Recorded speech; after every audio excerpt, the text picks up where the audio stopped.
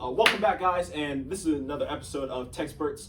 My name is Trevon McGlone here with the East Carolinian sports editor, and I'm here with Cannon Gates as well for WZMB. Our partner that we have usually here is out for this week, but we got you guys still covered and ready to go with your Pirates football. But before we get started with that, let's give out a big shout out to the Big Vape Theory for sponsoring this video and the other videos that we've done in the past. We appreciate you guys so much. Oh yes, we do. Yes, we do, Trayvon. All right, so as you guys can tell, we got the dub. We got our second win of the season, 20-14. Big win over Old Dominion on the road in Norfolk. Kenny, you want to give me a couple of thoughts on what you thought our performance was like that day? So I didn't get to watch the full game, but what I did see was some of the same stuff I thought of the first game. Too many Jake Garcia interceptions. 3 is not gonna, you can't be doing that. You cannot be doing that. That was my main thing. But to see that I think we had 4 total turnovers, I believe, and our defense only let up 14 points was still another very encouraging sign. I believe Sharon Ravel, the boy, but he's got a pick if I'm correct on that. Yes, he did. Yes, sir. But besides that, the team as a whole I think played good, especially the defense. I think the defense played amazing. The offense, I think we're still working through it, trying to get there. New guys meshing well, that type of thing. And Garcia, as much as I'm to go throw it to your guy, it's getting a little bit too much. Yeah. But I'll let you go on that. Yeah, that was a point that you mentioned, those 3 interceptions. And unlike the game against Norfolk State, they were really bad interceptions that could have hurt us throughout the game. That actually ended up setting Old Dominion up in good situations to try to expand on the score as well. So I thought that was something that needs to be cleaned up. I like the risk taking, but only when it's at a point where we're like, okay, we don't need to put our defenses in a bad situation. We need to make sure that we're capitalizing on these opportunities. And we were pretty much moving down the field too before some of those interceptions. I think 2 of them ended up being drive killers, and that was tough for sure. I also do like the fact that our offense did give us around, I think it was over 300 yards of offense. I know Jake Garcia at least threw over 240 passing yards. 240? So another week of him going at least 200 or more, which is, compared to last year, that was a huge improvement. Very, very true. Let's delve into that point a little bit in terms of defense, as you said. The 14 points that they only gave up again. Once again, another solid outing for them as well. Was there anything in particular that stood out to you watching the defense on Saturday? I mean, mainly the Ravel thing. I think just getting them even targeting him in the first place is crazy. Right. Because you're obviously I think even though Old Dominion is not a bad team at all, do not get me wrong, Ravel is one of the best players in the group of 5. He, I think, has the potential, has the talent, could be a first-round draft pick, kind of a Quinion Mitchell out of Toledo last year. I think he kind of has the potential and talent to be that. Why are you even going to challenge the guy? I mean, that was the main thing. But besides that, always just swarming around the football, doing our thing. And that's always encouraging to see from the defense. And I hope they can bring it on Saturday even harder than that. So. Yeah, 100%. I agree with you right there, Cannon, because our defense has been kind of our lifeline for sure, especially last year. My hope is that we don't have to rely on them now with our offense that is powerful as well. Having that would be huge. So being able to see them do what they do best by keeping guys off the scoreboard, keeping them out of the end zone, I think we do have one of the best defenses in the conference. If arguably, I think we do have the best defense in the conference. So we definitely want to see that going forward. Just hoping that we don't have to set ourselves up in situations where they have to be on the field longer than they should be. Yeah. With the offense that we have this year. For sure. Moving on from that point, big game that everybody knows is coming up on Saturday here at Dowdy Ficklin Stadium. It's going to be ECU, our Pirates, versus against App State. What are your thoughts about that one looking up? Are you looking forward to it for sure, my boy? Oh, I'm looking forward to it. If we can lose the rest of the games the whole season, but if we beat App, I won't necessarily be happy, but I'll be like, we beat App. We didn't beat App after all. So I will say on that. But they're coming off a bad loss to Clemson that I don't think many people expected. Obviously, Clemson got killed against Georgia week 1, so it was Georgia, that type of thing. But I think everyone thought App would put up a fight against Clemson, but I think it was 66-20, and Clemson's offense looked amazing. I was a little shocked by that. I'm not gonna lie. I thought App would play a little bit of a better game, but 66 points, I was like, dang. I don't know about all that, but. Besides that, I'm not going to doubt them at all. They got a good running game still. Joey Aguilar is one of the better quarterbacks in the group of 5. Very talented guy. Can throw the ball around. But, 66 points.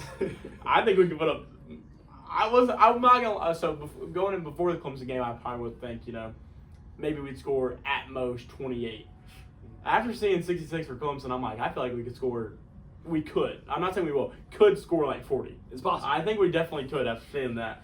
And they kind of let their foot off the gas pedal too. It wasn't like they were going, all gas, no brakes the whole game. They kind of let their foot off the gas pedal and still scored 66. But Saturday's gonna be. That's gonna be a wild one. Greenville's gonna be burning down Saturday, especially if we can win that football game. And also on that, I've seen a lot of people talking about that they thought we should have got College Game Day.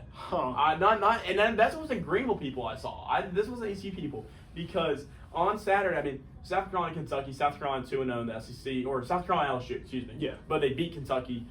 They're first in the SEC right now, and they're playing LSU. I guess I can see the SEC games, but at the same time, you're always going to those power conference schools, all that stuff. They talk about going to those great environments. App was just on College Game Day, was it last year? I believe it was either last year or the year before. Yeah, I think it was the year before. But they were on College Game Day just then, but they also beat A&M that year, so all that stuff. But App versus ECU, that's a North Carolina rivalry.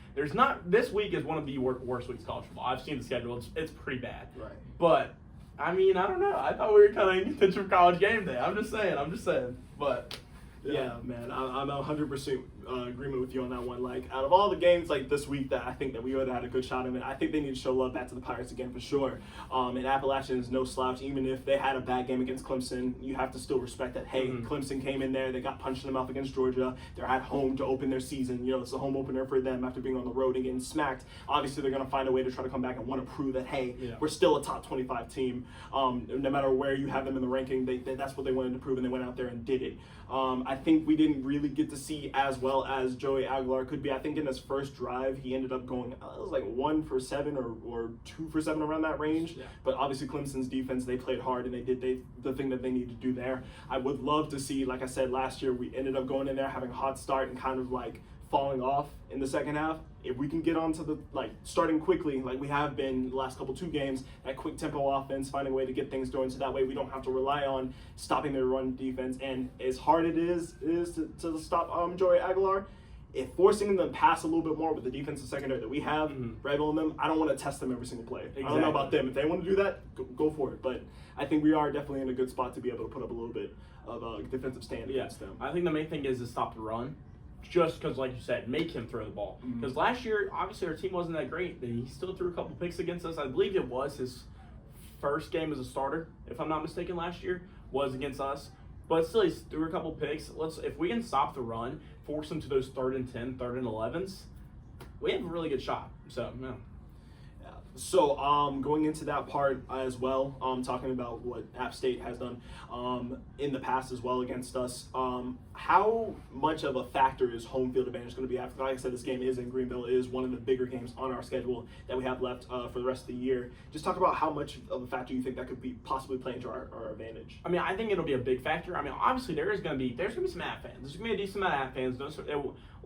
No surprise there. Obviously they travel well. We travel well. Yeah. It was like the same. It was like that in Boone last year. Obviously they had the home field advantage. It was at Boone, but there was a lot of ECU fans, and I know there will be a lot of App fans in Greenville on Saturday. Better get your butts out quick though, because after we hand you that butt whooping. I think it plays a big factor because even last year, we had a bad team. We lost by 2 touchdowns, I believe, and they had that home field advantage like we talked about. They're one of the better environments in Group 5, even probably a top 30, top 35 college football environment. Just because they're able to pack that stadium out, because it is. Obviously, you can say if we packed our stadium out, I think it's kind of a bigger deal than them, personally, because their stadium's not nearly as big. Yeah. But I think stadium's going to be packed out on Saturday. I would be shocked if I think it could be sold out. I would think it would be sold out, but you never really know on that. I do think it plays a big factor.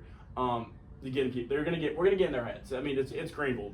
There's gonna be some crazy stuff getting yelled at Joey Aguilar and App State. But we'll see.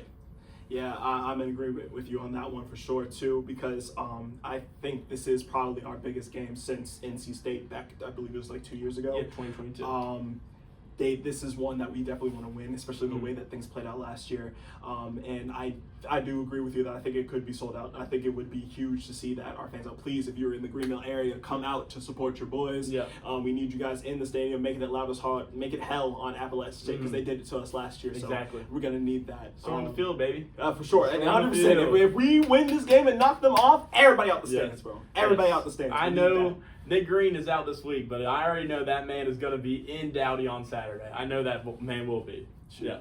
So going into predictions for this game against App State, I think it's going to be a little bit of a close one. It's going to be a little bit more offensive than we did against ODU. Oh, and just to put this part out here in terms of travel as well, there were a lot of ECU fans that went out there up to Norfolk to watch against ODU, so that was huge. But I'm going to say that's going to be around 35-28 ECU. I think we can knock them off. We're going to get more of a passing offense. You know, Garcia's been swinging them out there. He might throw a pick or two. Hopefully it's just one. Minimize the mistakes that he made the last couple weeks. Find a way to get the offense going. Raji was huge in the last game as well, bringing off huge runs that we were able to see him do because we have the pass game now. Because of that, I think it's going to be huge for us. And then we pull off the win and storm the field. That's what I'm looking for. One thing I will say before I predict is that if Jake doesn't look good after the first half and it's still a close game, I would not be shocked to see Caton come in. Really? I wouldn't be shocked. I would not be shocked because, I mean, obviously right now, he hasn't looked bad necessarily. Right. He's thrown 7 picks, but he's not looked bad. But I do think that if it's a close game, you know, it's a touchdown away after the first half and he's not looking good, maybe throwing a couple picks, I would not be shocked to see us pull him. I'm not saying I want that to happen because I like Jake a lot. I'm just saying I think it could happen. But I will give my score prediction. As I said, they let up 66 Clemson. Was kind of shocked by that. My score would probably not be as high as I think it is now, if not for that. My score prediction, I think it's a field goal. I really think it's a field goal. I'm going 31-28 ECU, and we're going to storm that field. It's tough to say. It's really tough to say, especially against App State. Yeah. And I agree. Nick definitely sent in his prediction as well. He's believing it's going to be 28-20. He really thinks that with everything that happened against the struggles with Clemson, he thinks the App is a formidable offense, and we know they are a formidable, opponent going against us. But because of that home advantage and the fact that he will be in there, they're going to feed off the energy. And Nick is predicting a 28-20 ECU win. So all three of us are going for the Pirates this Saturday. Yep. And that is all the time we guys have today. Thank you once again for joining us. We'll see you guys next week when we recap a little bit of the Appalachian State game. And until then, go Pirates. Go Pirates.